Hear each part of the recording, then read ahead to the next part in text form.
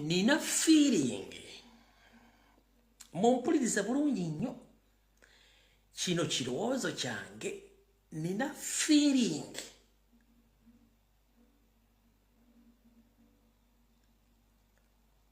abaafiiridde ku board eyo ba innocent civilians era bandibanga bima ku baana b'enkyukakyuka baawambibwa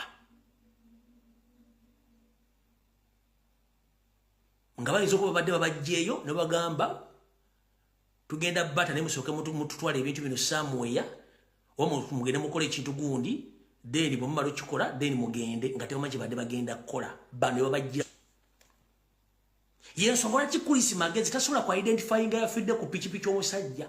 They can't identify the border man, they can't identify the so-called woman nga ate physically alagika nga musajja. What if baba webintu babitwale nga bakimanyi nti bagenda battira mukuba bajje waawo eguno gomba bagwone.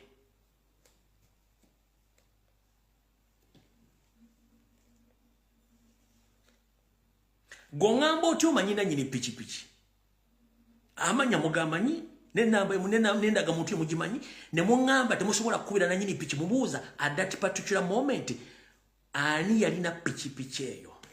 Kulisi Magezi, do you copy that? Bemba mumanya amanya g'omuntu nannyini pikipiki agali registered ku number plate lwaki temubuuza owaye na boda yo ku ssaawa eziti ani yali agirina?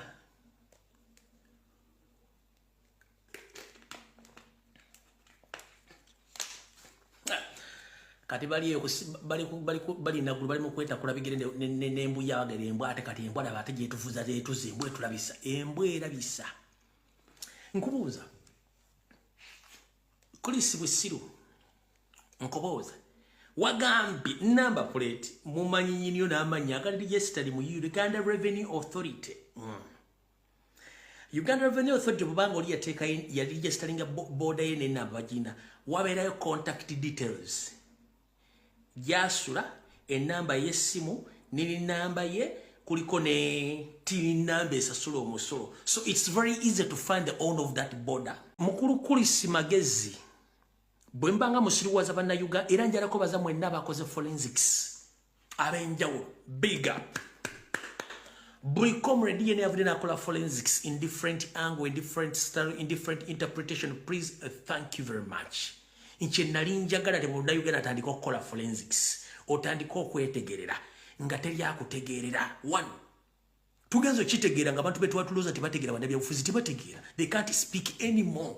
So who is going to come out to speak for us? It's you, it's me, and others. So I'm very happy that now anyone can come out and analyze and give information. Thank you very much.